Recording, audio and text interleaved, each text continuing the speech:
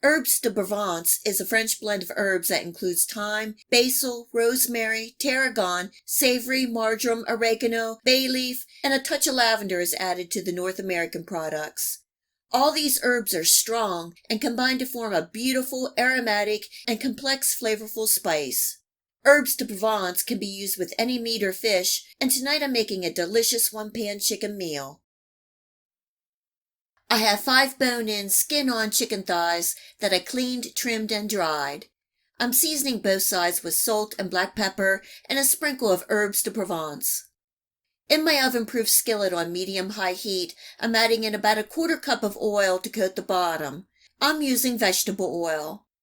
Laying in the chicken skin side down and letting them cook for 3 to 4 minutes or until the skin forms a nice golden crust and releases easily from the pan.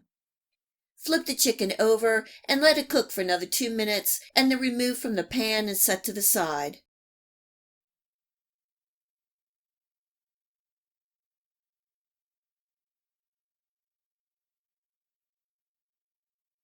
In the same pan on medium heat, I have a couple tablespoons of chicken fat left on the bottom, and I'm adding in 2 tablespoons of butter, 1 small diced sweet onion, and 3 cloves of minced garlic, cooking and stirring for a minute.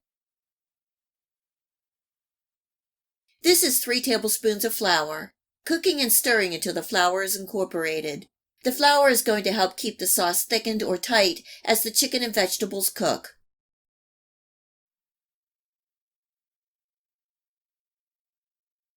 I think what really pairs well with herbes de Provence is white wine.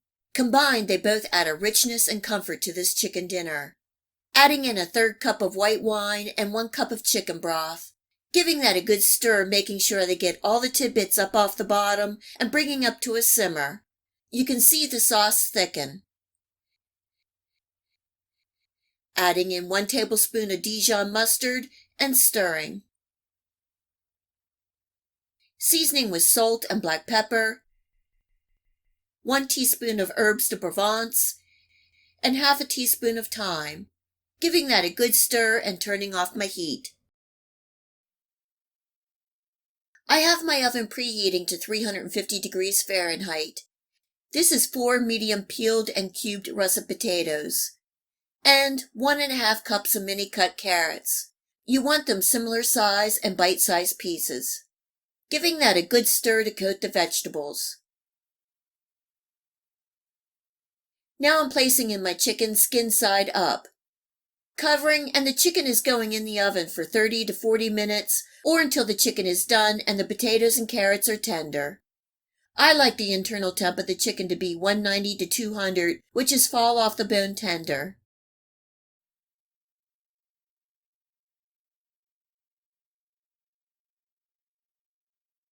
The herbes de Provence chicken is done and the kitchen smells wonderful. Garnishing with a little parsley. Removing the chicken, tenting, and letting it rest for 10 to 15 minutes before we eat. You can see a nice thickened gravy is formed, and it's flavored with all the spices, chicken, and vegetables. Serving tonight with some peas. A nice piece of homemade butter bread would have topped off this meal. Don't forget to spoon over some of that wonderful herbes de Provence gravy. What can I say? This chicken meal is unforgettable, full of flavor. Your friends and your family will love you. I hope you give this herbes de Provence chicken recipe a try and enjoy.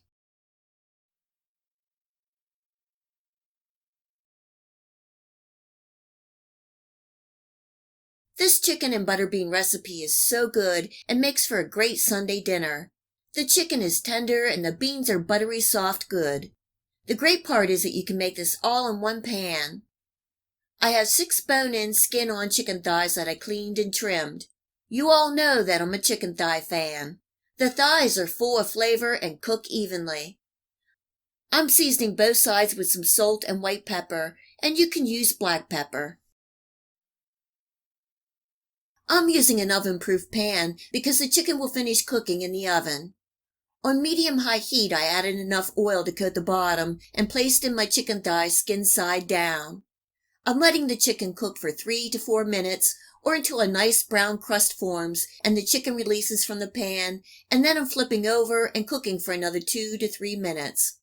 The searing of the chicken will add a lot of flavor to this recipe. When done, I'm removing the chicken from the pan and setting to the side. I'm leaving a good 2 to 3 tablespoons of chicken fat, and you can see all the flavor on the bottom of the pan. I turned my heat down to a medium, and I'm adding in 1 cup of diced onions and 1 large carrot.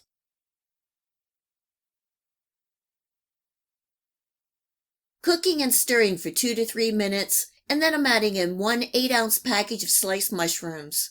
Cooking and stirring for another 5 to 7 minutes, or until the mushrooms cook down, release their moisture, and help deglaze the pan.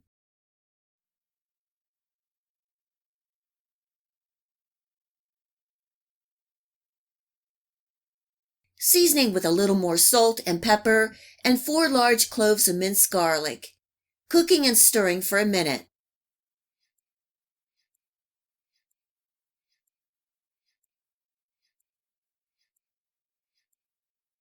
This is optional. I'm adding a half a cup of white wine and letting that cook for a minute. I think the wine really adds a nice rich depth of flavor.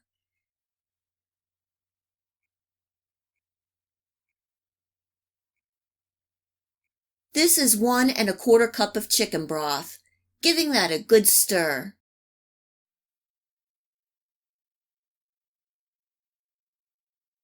And now for more flavor. I have 1 teaspoon of thyme, 2 teaspoons of parsley, and half a teaspoon of rosemary, giving that another good stir. This is 1 large 40-ounce can of butter beans that I drained. Butter beans are basically a large yellow lima bean. They have a nice soft texture with a mild buttery flavor and soak up any flavor that you add to the recipe. I'm turning my heat off and giving the beans a stir.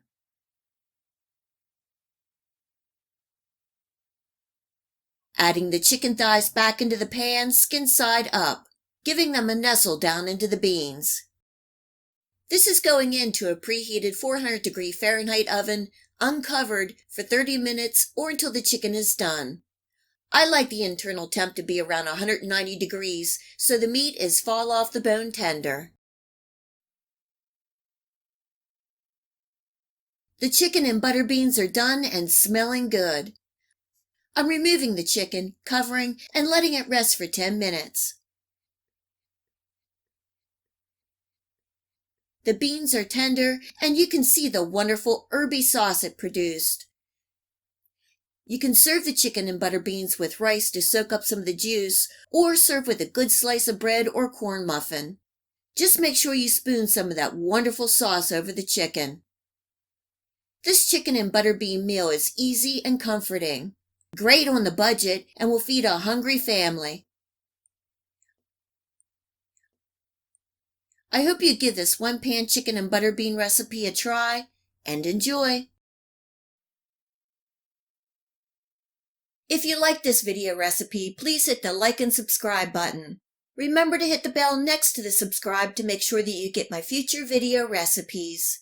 You can also find me on Facebook and at my website. Feel free to share this recipe and my channel with your friends and family. And until next time, much love!